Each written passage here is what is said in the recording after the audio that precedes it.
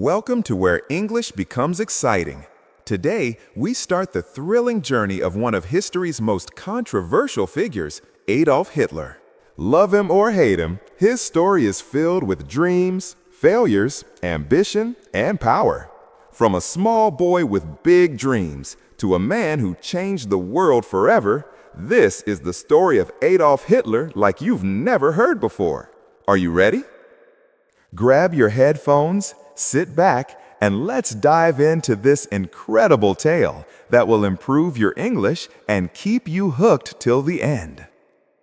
It all started on April 20th, 1889, in a small town called Braunau am Inn in Austria. A baby boy was born to Alois and Clara Hitler. They named him Adolf. No one knew this little boy would grow up to shake the world. As a child, Adolf wasn't special. He loved playing outside, drawing pictures, and imagining a big future. But life wasn't perfect. His father, Alois, was very strict. Alois wanted Adolf to study hard and get a government job, just like him. But Adolf had a different dream. I want to be an artist, he would tell his mother, Clara. His mother loved him deeply and supported his dream, but she couldn't change Alois's mind. Adolf's childhood was full of fights with his father. His father would shout, "Art is not a real job!" and Adolf would stay quiet, hiding his tears. When he was 13 years old, his father died suddenly. Some people thought Adolf would feel free, but losing his father left a hole in his heart. Adolf started skipping school. He was once a good student, but now he didn't care. Teachers would say, "Adolf is smart, but he is lazy." All he wanted to do was draw. After finishing school, Adolf packed his bags and moved to Vienna, the capital of Austria. He was so excited. "Vienna is the city of art. I will become a famous painter here," he thought. He applied to the Academy of Fine Arts, a big art school, but when the results came, his heart broke. He didn't get in. The school told him, "Your work is not good enough." Adolf felt humiliated. "I'll try again," he said. But the next year, the school rejected him again. He was devastated. Without school or a job, Adolf's life became hard. He lived in tiny, dirty rooms and sometimes slept on the streets. He painted postcards and sold them to tourists for a little money. "Why is life so unfair?" he often thought.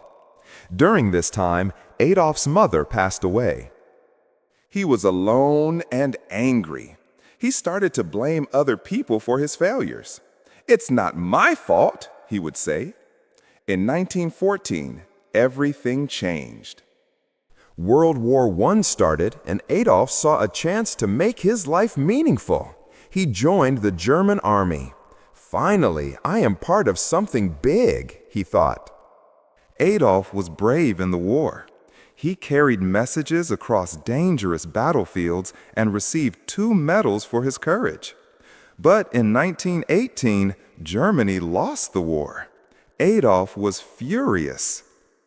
"Our leaders betrayed us," he shouted. He felt Germany needed someone strong to bring it back to power. After the war, Adolf returned to Germany. The country was in chaos. People were poor and hungry. Many were angry about the war's end.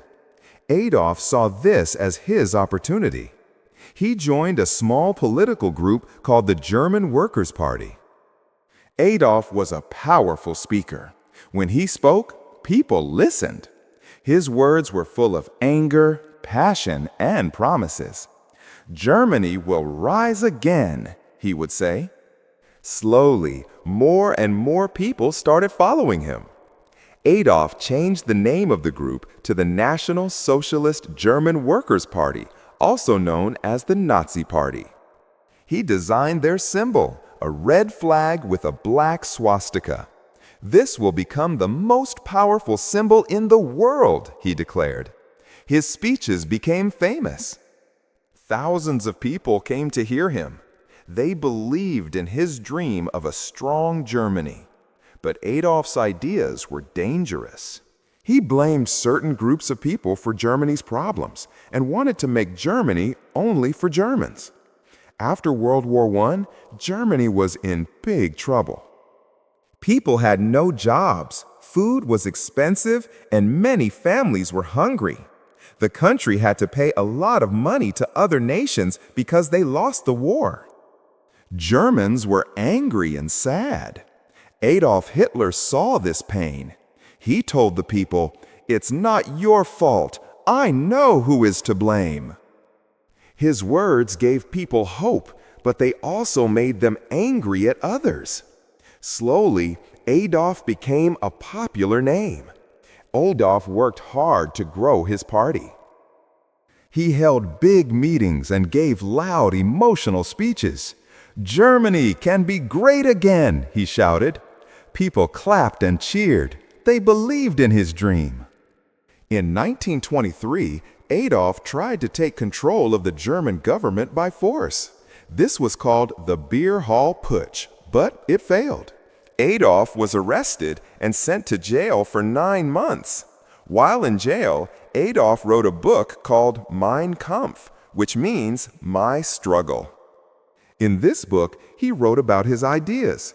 He said Germany needed to become powerful and that certain groups of people were the enemy. The book became popular, and many Germans started to believe in his ideas. After getting out of jail, Adolf worked even harder. The Nazi Party became stronger. By 1933, Adolf Hitler was chosen as the Chancellor of Germany, the country's top leader. This was the start of a new chapter. Adolf promised jobs, a strong military, and a bright future. The people trusted him, but they didn't know what he was planning next. As Chancellor, Adolf made many changes. He built roads, factories, and schools. More people got jobs, and Germany started to look strong again. The people were happy. They said, "Hitler is a hero." But behind this success, Adolf had dangerous plans. He controlled newspapers, radios, and schools. People were told, "You can only believe in Adolf Hitler." Those who didn't agree with him were punished or sent to prison. Adolf created a strong army called the SS and a group of young boys called the Hitler Youth. They trained to fight and spread Nazi ideas everywhere. In Germany, people saw the swastika flag. It became the symbol of Adolf's power. Adolf's speeches became even more powerful. He would say, "Germany is the best. We will rule the world." Crowds cheered and shouted, "Heil Hitler!" In 1939, Adolf made his boldest move. He ordered his army to invade Poland. This act started World War II. Adolf's dream was to take over all of Europe and make Germany the most powerful country in the world. At first, Adolf's army won many battles. They were strong and well-trained. But as the war went on, things started to go wrong. Adolf had made too many enemies. While the war was happening, Adolf was doing something terrible. He wanted to remove all Jewish people and others he thought didn't belong in his vision of Germany. This was called the Holocaust, one of the darkest chapters in human history. Millions of innocent people were killed in camps. By 1944, Germany started losing the war. Adolf's enemies, like the United States, the Soviet Union, and Britain, were too strong. Bombs fell on German cities, and the people who once called Adolf a hero began to lose hope. Adolf became paranoid. He trusted no one and spent most of his time hiding in his bunker. By 1945, Adolf Hitler's dreams of ruling the world were falling apart. His army, which once seemed unstoppable, was now losing battles everywhere. The Soviet Union, one of his biggest enemies, pushed the German army back from the east. At the same time, American and British soldiers attacked from the west. German cities were bombed day and night. Families lost their homes, and the people began to turn against Adolf. Why did we follow him? Many asked. But Adolf didn't give up. He sat in his bunker, giving orders to his generals. "We will not surrender," he shouted. But deep inside, even Adolf knew the war was lost. In early 1945, Adolf stayed in a bunker deep underground in Berlin. The bunker was cold and dark, but it was safe from bombs. Inside, Adolf spent his time planning, though there was little hope left. He was not alone. His most loyal followers were with him, including his girlfriend, Eva Braun. Eva had been by his side for many years, though Adolf kept their relationship private. She loved him, even in his darkest days. Outside the bunker, the sound of gunfire grew louder every day. The Soviet army was getting closer to Berlin. "The end is near," whispered his advisors. Leaders from other countries begged Adolf to surrender. "Save the people of Germany," they said. But Adolf refused. He believed surrender was a sign of weakness. "If Germany loses, it is because the people were not strong enough," he said coldly. By April 1945, Berlin was surrounded. The Soviet army attacked the city from all sides. Buildings collapsed, fires burned, and people ran for their lives. On April 29, 1945, Adolf made a surprising decision. He married Eva Braun in the bunker. It was a simple ceremony with just a few people. "You've always been by my side, Eva," Adolf said. Eva smiled, even though she knew this was not a happy moment. After the wedding, Adolf and Eva spent hours together, talking about their lives and what they had done. They both knew the end was near. On April 30th, 1945, Adolf made his final decision. He called his closest followers into the bunker and told them, "I will not be captured alive." Adolf believed it was better to die than to let his enemies take him. He and Eva went to a small room.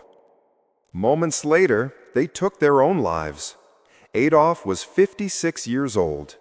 When the Soviet soldiers reached the bunker, they found Adolf and Eva's bodies. The war in Europe ended shortly after. Germany surrendered on May 8, 1945. The people of Germany were left with nothing but ruins. Adolf's dream of making Germany powerful had instead brought destruction and sorrow. Millions of lives were lost because of his actions. After Adolf's death, the world worked to rebuild. Germany became a peaceful country. People remembered the horrors of the Holocaust and World War II to ensure such events never happen again. Today, Adolf Hitler's name is a reminder of the dangers of hatred, unchecked ambition, and misuse of power. Finally, his story teaches us that every decision we make shapes our future. Adolf's choices led to pain and loss, not just for him, but for millions of others. This reminds us that every action, no matter how small, matters. We must choose wisely and always think about the impact our decisions have on others and the importance of compassion and unity. Hate and division only tear people apart. The world is a much better place when we come together, respect each other, and work towards peace. Life is too short for anger and judgment. By being kind and understanding, we can create a future filled with hope, not regret. So remember, choose love over hate, humility over pride, and unity over division. These simple lessons can make our world a better place. This was the story of Adolf Hitler, a man whose life changed the world forever. It's a story of dreams, power, and the mistakes that led to tragedy. Remember, history is not just about the past. It teaches us how to build a better future. Thank you for listening, and don't forget to like, share, and subscribe for more exciting stories that help you learn English while exploring history. See you in the next story.